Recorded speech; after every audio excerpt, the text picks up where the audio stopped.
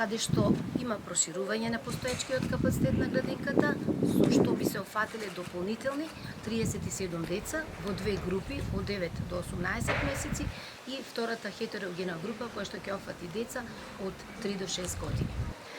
Меѓутоа, она што сакам особено да го истакнам за оваа градинка, за она што општина Куманово заедно го прави со централната власт е вложување со заеднички напори во заеднички проекти за подобрување на условите во кои што престојуваат нашите најмлади.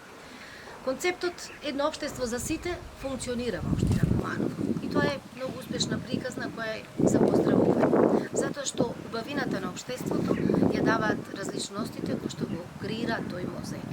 Имено, директорката не извести дека тука веќе ќе функционира трета билингвална група, каде што децата и македонци и албанци ќе се дружат во оваа група заедно, за кои за нивното воспитување и образование ќе се грижат воспитувачки кои што говорат македонски и албански јазик.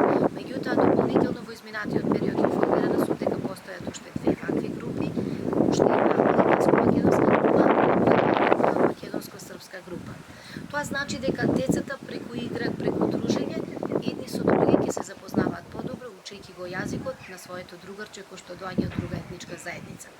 Како Министерство за труд и социјална политика продолжуваме да работиме понатаму на вакви проекти. Меѓутоа, уште една работа сакам да ја споделам со вас.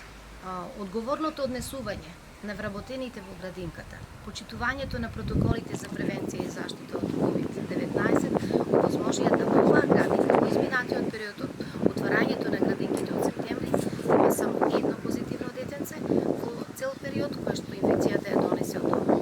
Тоа говори за висока општествена одговорност на сите вработени, почитување на насоките од здравствените власти.